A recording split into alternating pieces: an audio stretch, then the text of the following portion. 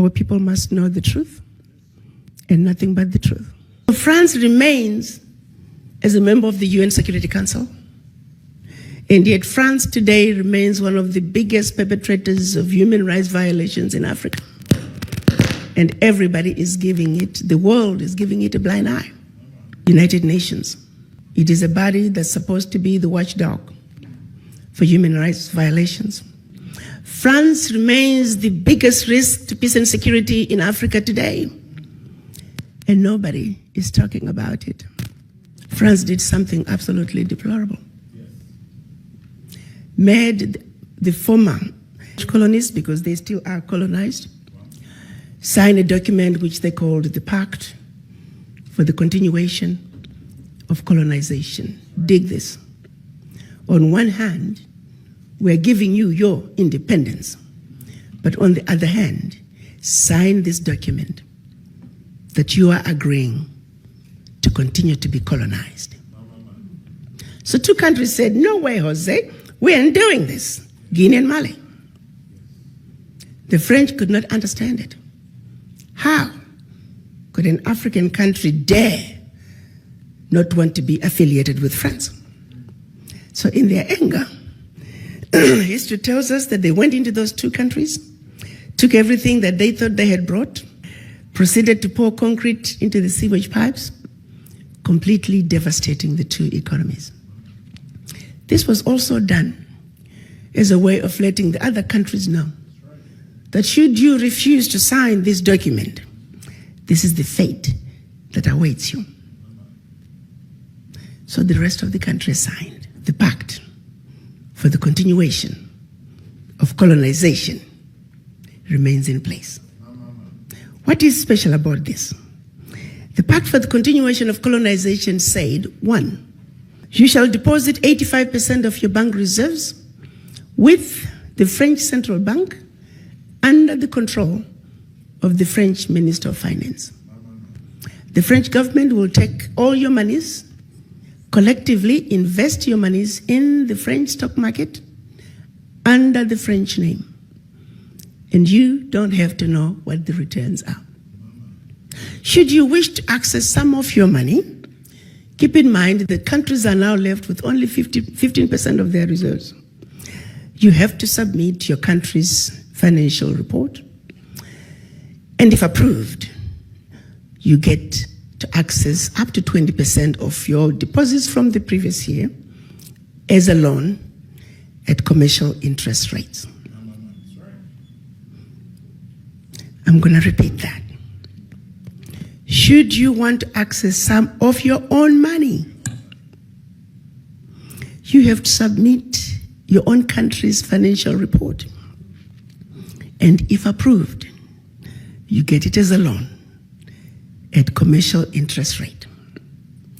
So you go from having a humongous credit with France to now owing France for borrowing your own money, a loan that you'll never be able to finish paying.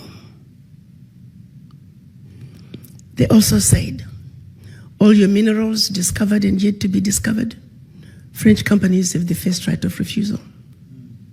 You go to those countries today, all major contracts, French companies have the first right of refusal.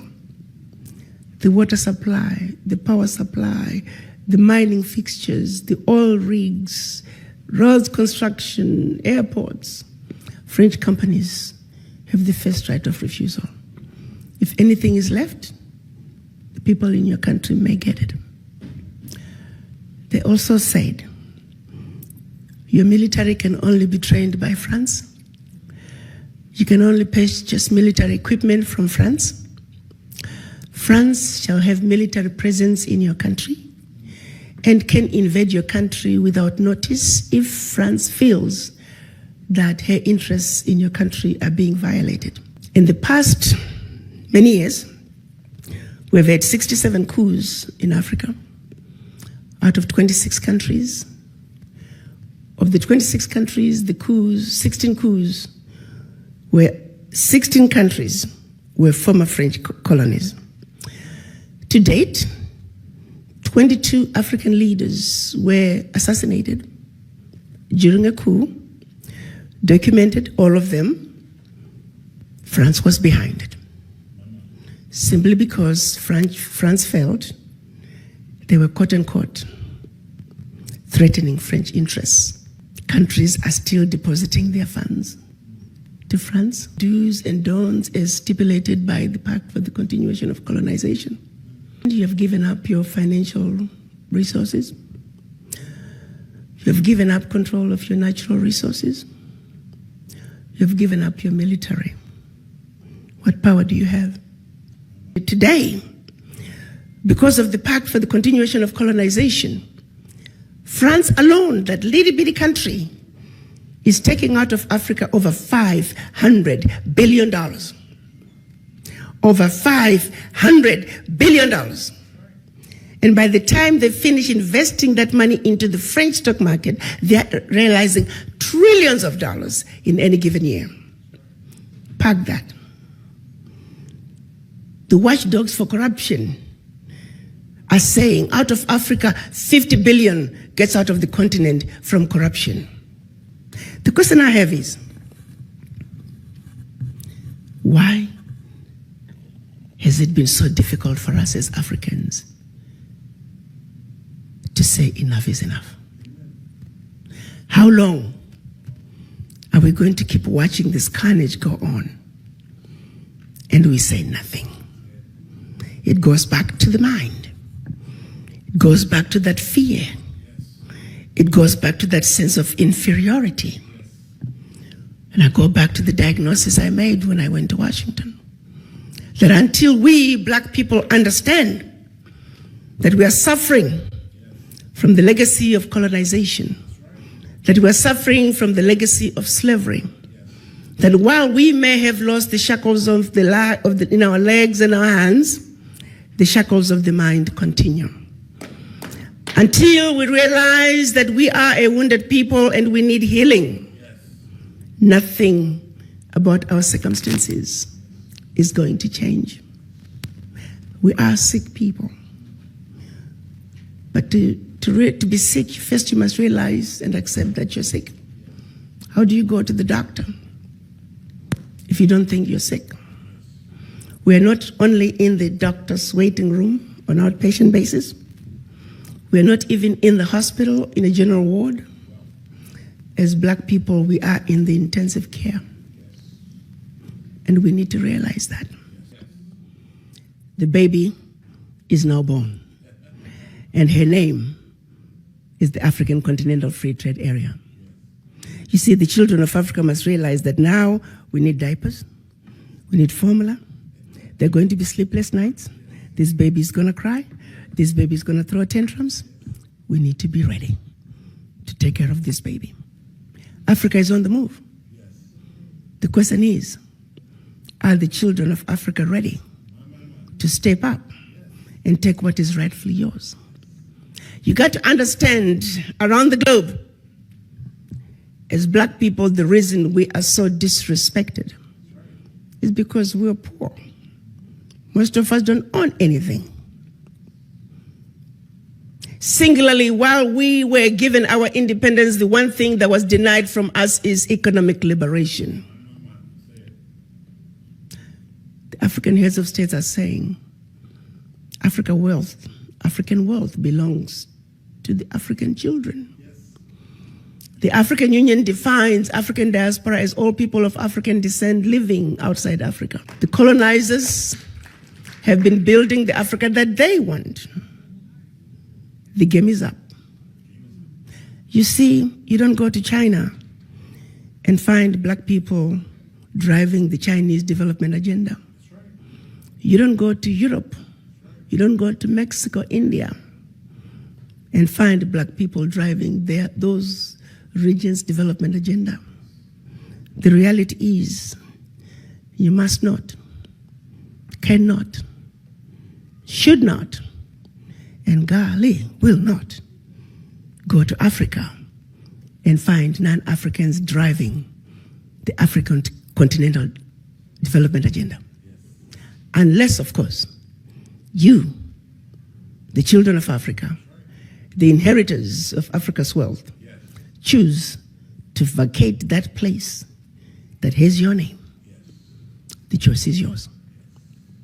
The environment is ready. And so, I'm on a mission to see to it that we, people of African descent, truly understand our Africa. Truly realize that we have been lied to, but that we're smart enough to know better. That we have been sleeping, that it's time to wake up. You see, a united African diaspora is a sleeping giant. It is the sleeping giant that is needed to bring the sustainable change that Africa desires. Bigger corruption in Africa is coming from outside. Try flying low over the DRC. You're going to see tarmacs in the middle of the jungle. You're going to see 747s flying into the DRC, picking up minerals and flying right outside the country. Do you think those multinationals are going to want to see peace in the DRC? Do you think they're going to want to see peace in South Sudan? No. A stable Africa is an Africa that cannot be exploited. So they will see to it that there will never be peace in Africa by any means necessary, unless you come to the table and do something about it. For a continent that doesn't have a single gun manufacturing company, we simply have endless supply of guns. How? How is this okay that Africa continues to be exploited? And how is it okay that the world has watched as France is taking cold, hard cash out of Africa? How is this okay? I want to know. United Nations, answer that. Secretary General Guterres, answer that. When you all meet every year in New York, what are you talking about? That is our reality. No more shall we continue to be ignorant. Our eyes are open. We know our Africa. We are going to reconnect with our roots.